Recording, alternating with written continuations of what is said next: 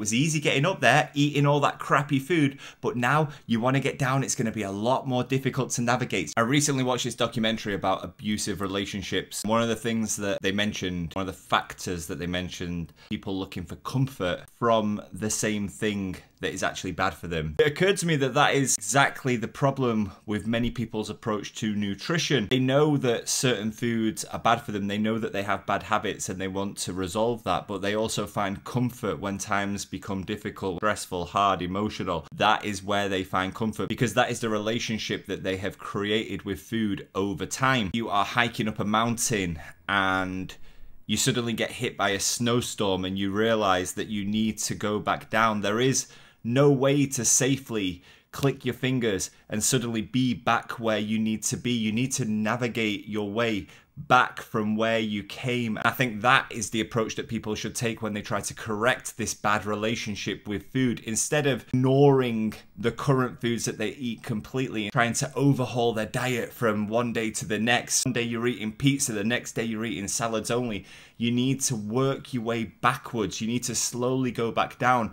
I would be very cautious of social media influencers, people trying to sell you stuff. They are telling you what you want to hear when you enter a fitness program, when you enter a fitness journey. They're telling you what you want to hear, not what you need to hear. So if you've got somebody there who seems very likable, very knowledgeable, and they've got a good physique, and they keep saying, oh, you can still enjoy all of the foods that you want to enjoy and still get the body of your dreams. Yes, they can. I could eat a pizza tonight and I'll be absolutely fine because I have the skills and tools to get back to where I need to be. But if that is not you, if you've not been there yet, you've not been where you want to be before, and this is your first time trying to get there, I think it's a false promise to say, yeah, don't worry, you can still enjoy pizza once or twice a week, but also you're going to have to eat healthy. What I would prefer you to do is actually easier for you. Let's imagine that for dinner every night, hypothetical, you are eating a 1,000 calorie pizza. Every single day you have the same pizza, 1,000 calories. You know it's wrong. You know you need to change it,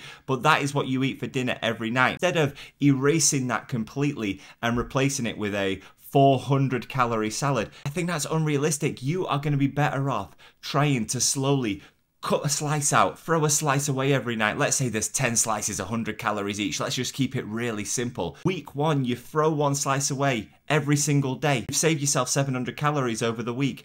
If you do that and get down to half of that, you are going to be eating half of those calories, 500 calories, half a pizza every single day over the week. You're going to save yourself 3,000 calories. I'm not recommending that diet approach literally.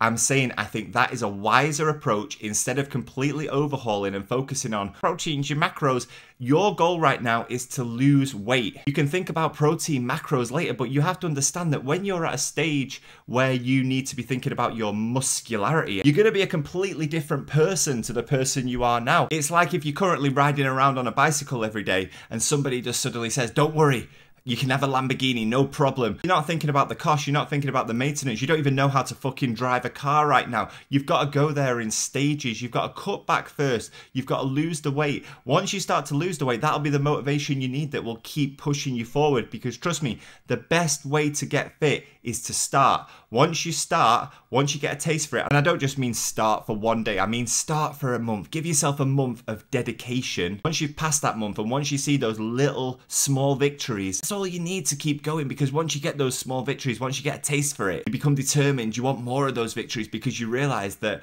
the person who is getting those victories is better than the person who was losing those battles beforehand. So here is how I would recommend you can completely overhaul an unhealthy relationship with food starting today. What I want you to do, guys, is take some time, write down everything you eat throughout the day. You're going to the shop at night and you're grabbing yourself 3 chocolate bars as a late night snack. I think any grown adult knows that that's not a good idea. There's no benefit to that. So let's get rid of that immediately. You want to look at portion size. You're going to want to look at the frequency of how much you're eating, how often you're eating, the drinks that you're drinking. Because to be honest, if you're looking to lose weight, you don't need to drink anything else except water and maybe some black coffee. You don't need soda. Soda, is that what you Americans call it? Fizzy drinks. You don't need juices. You don't need anything like that. Stick to black coffee if you like caffeine, and stick to water to get obviously the nutrients and minerals that you need from water.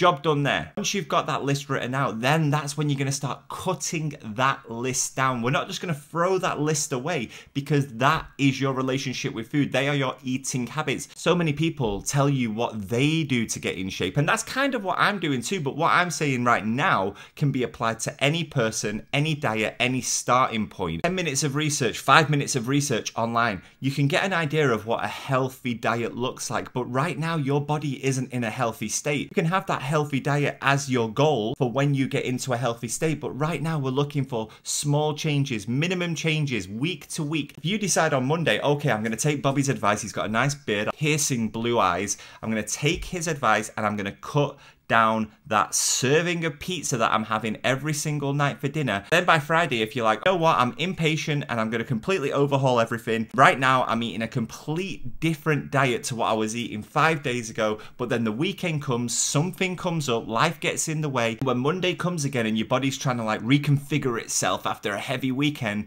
it's going to go straight back into those old habits. Instead, focus on the long game, guys. Remember, you are stuck on a mountain. A snowstorm has come, as in you know that you need to make changes. You don't want to go any further up that mountain because you might die. Instead, you want to make your way down that mountain. Now, you've got to be careful because suddenly it's snowing. It was easy getting up there, eating all that crappy food, but now you want to get down. It's going to be a lot more difficult to navigate. So you need to be careful. You need to be cautious. You need to take your time. But once you get down to the bottom, once you are safely off that mountain, you are going to be setting yourself up for a new lifestyle. Best thing about fitness, geezers, is that this new lifestyle that people preach about is literally being a new person, because you're going to feel healthier, you're going to feel more energy, you're probably going to be happier.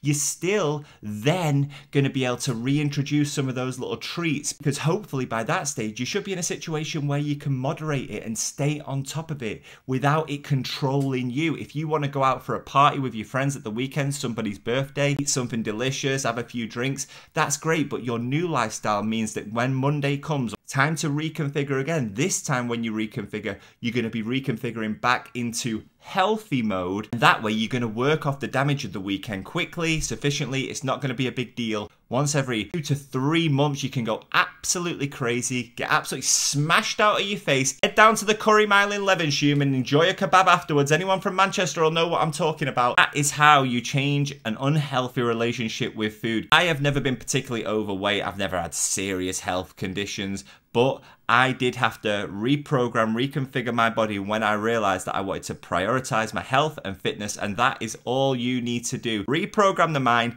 ignore all the bullshit you see online, because those people don't know you. They're talking from their experience, but you have to live your experience. I hope this one's been helpful, geezers. As always, like, comment, subscribe, blah, blah, blah, blah, blah. See you in the next one. Bye-bye.